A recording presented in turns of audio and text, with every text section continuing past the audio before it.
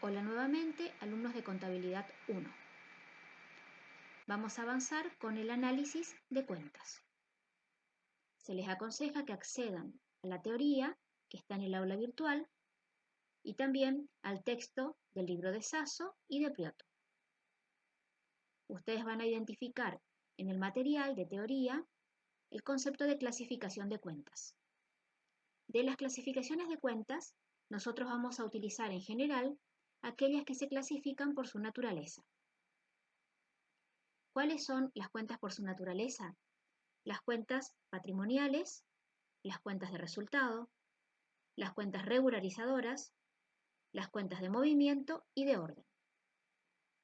Accedan al material e identifiquen los tipos de clasificación de cuentas. En clases posteriores vamos a hacer el análisis de cada una de esas cuentas y las vamos a ubicar en el ordenamiento sistemático que es el plan de cuentas. En el análisis de las cuentas vamos a contestar ciertos interrogantes. ¿Qué tipo de cuenta es? ¿Cuándo se debita? ¿Cuándo se acredita? ¿Qué saldo tiene? ¿Y qué representa su saldo? Aclaramos entonces que vamos a analizar las cuentas principales, las que más habitualmente utilizamos en esta primera etapa en Contabilidad 1. Analizamos las cuentas del activo, recordando que el activo es el conjunto de bienes y derechos de propiedad del ente, siempre pensando que el hecho económico tuvo que haber ocurrido. Los activos se clasifican en activos corrientes y no corrientes. ¿Qué es el activo corriente? El activo corriente son todos aquellos activos que a la fecha de cierre del ejercicio son dinero o su equivalente o se convertirán dentro de los 12 meses contados a partir de la fecha de cierre. Es decir, desde la fecha de cierre del ejercicio contable comenzamos a analizar la posibilidad de que sean corrientes o no corrientes. Dijimos en la clase anterior que las cuentas se agrupan en rubros. Están nombrados los principales rubros del activo corriente: caja y bancos, inversiones, créditos, bienes de cambio, bienes de uso, entre otros. Iniciamos con caja y bancos. Cuenta caja. Está constituida por los billetes y monedas de curso habitual en la moneda nacional. Es la cuenta más representativa del rubro caja y bancos. Es de mucha utilidad. La cuenta recaudaciones a depositar. Está constituida por todo el dinero que durante el día se recauda en la empresa y que luego al finalizar la jornada se destina su depósito en el banco que la empresa posee. Cuenta fondo fijo. Esta cuenta es una cuenta muy particular, más adelante la vamos a aplicar a un procedimiento. ¿Qué representa el fondo fijo? Es el monto de dinero, diferente al de la caja, que se destina dentro de la empresa para pagos de ciertos gastos. En general se dice que son gastos menores. Avanzamos con la cuenta banco, cuenta corriente. También es una cuenta muy tradicional y muy utilizada. Está constituida por el dinero depositado que tenemos en una cuenta bancaria.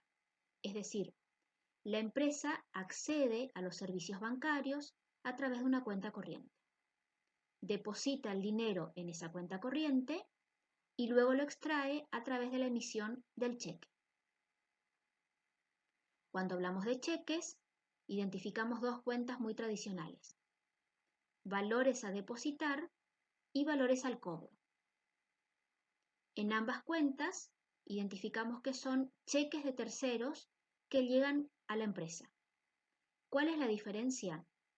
La plaza o el lugar geográfico. Valores a depositar utilizamos cuando el cheque de tercero es de la misma plaza geográfica de la empresa. Por ejemplo, en Oberá, un cheque de tercero será valores a depositar si corresponde a alguno de los bancos que pertenecen a Oberá, sucursales del Banco Nación, del Banco Macro, del Banco Corrientes, del Banco Francés, del Banco Galicia. Y los valores al cobro es cuando el cheque de tercero que llega a la empresa no es de la plaza geográfica, es decir, en este caso de Oberá, sino de otro lugar geográfico, de Campo Viera, de Campo Grande, de Ushuaia, de Buenos Aires, etc. Analizamos inversiones. Es un rubro que más adelante vamos a profundizar. Igualmente decimos un par de cuentas. La cuenta banco plazo fijo.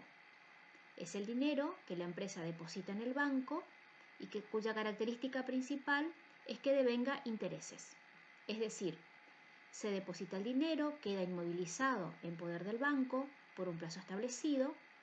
Una vez al vencimiento, la empresa tendrá la opción de renovar el plazo fijo o bien retirar el dinero y los intereses.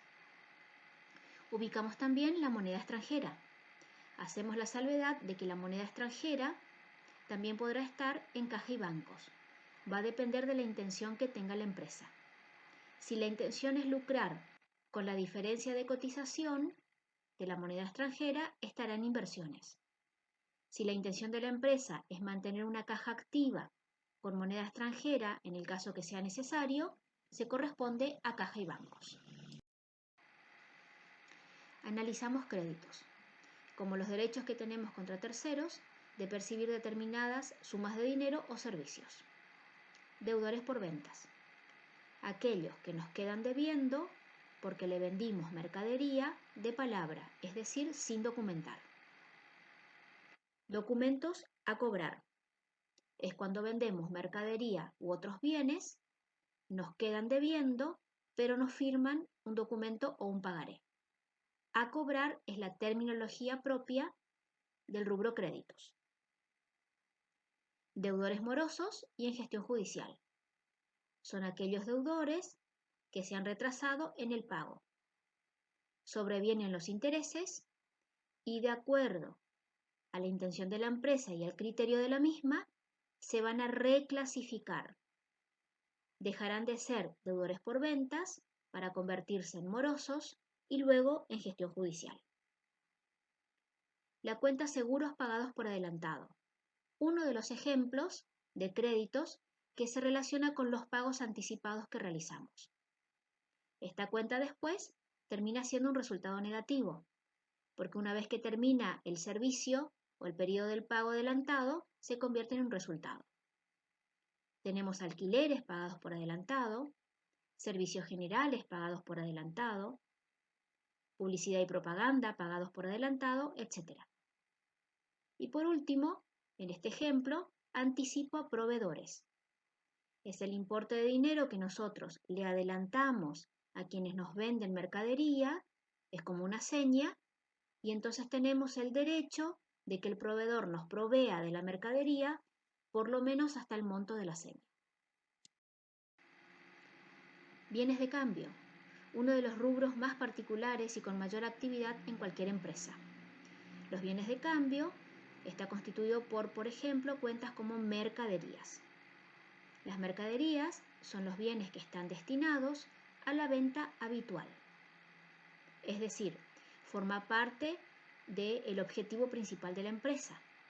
El término general mercaderías va a involucrar, por ejemplo, en el caso de una farmacia, la mercadería serían los medicamentos, las inyecciones, la prestación de servicios, toma de presión, etc. En una inmobiliaria, la mercadería sería la venta de loteos, de inmuebles, los alquileres, etc. Hay que tener cuidado con respecto al bien que forma parte de la actividad principal. Ahora, en este caso, mercaderías es una empresa comercial en general. Vamos entonces a una actividad de producción, en donde dentro de los bienes de cambio habrá un proceso. Iniciamos con el concepto de materia prima, pasamos por los productos en proceso y luego los productos terminados. En este caso, desde materia prima a productos terminados, estamos hablando de un análisis de contabilidad de costos. Veremos entonces que dentro del rubro bienes de cambio, el concepto de mercadería es muy amplio. Analizamos bienes de uso. Son aquellos elementos que forman parte del activo no corriente. Perduran en poder de la empresa más de un año. Son bienes tangibles que se utilizan para el desarrollo de las actividades y no están destinados a la venta habitual. Estas son algunas de las características de los bienes de uso. Las cuentas son muy representativas, como es el caso de rodados. Son los vehículos que la empresa utiliza. Está en el caso de camionetas, vehículos pequeños, utilitarios, algunos camiones, motos y bicicletas. Muebles y útiles. Son aquellos bienes, aquel mobiliario de pequeño porte y de fácil traslación. Escritorios, sillas, mesas, pequeños estantes. Dentro de las instalaciones ubicamos a los bienes que están adheridos a alguna de las superficies y que son de gran porte y de difícil traslación. Por ejemplo, aire acondicionado, ventiladores de techo, grandes góndolas, heladeras comerciales. Ahora, dentro de los muebles y útiles, a diferencia, podemos ubicar, por ejemplo, los ventiladores de pie, las estufas, los radiadores. Tenemos ahora los equipos de computación, que generalmente se piensan que se pueden utilizar dentro de muebles y útiles o instalaciones. Los separamos por una cuestión básica de la contabilidad, la vida útil.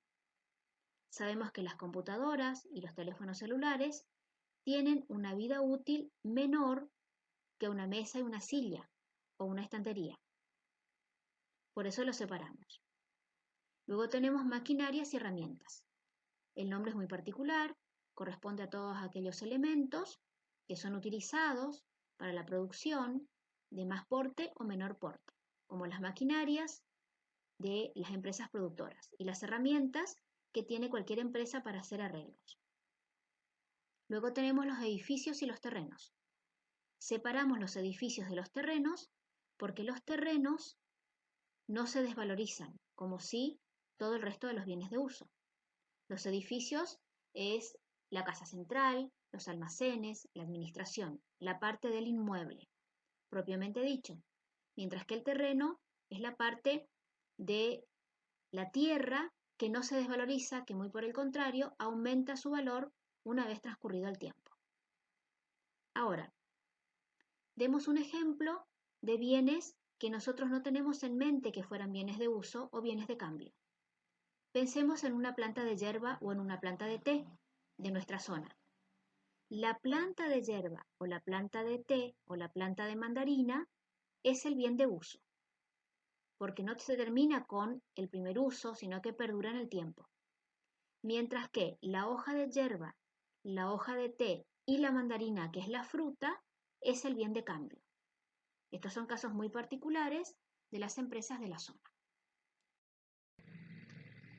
Avanzamos así con el análisis de las cuentas del activo en general. En clases sucesivas vamos a dar el análisis de los otros rubros, del pasivo, de los resultados positivos y resultados negativos, como del patrimonio neto. La idea es ir incorporando cuentas a medida que vamos avanzando en la registración contable.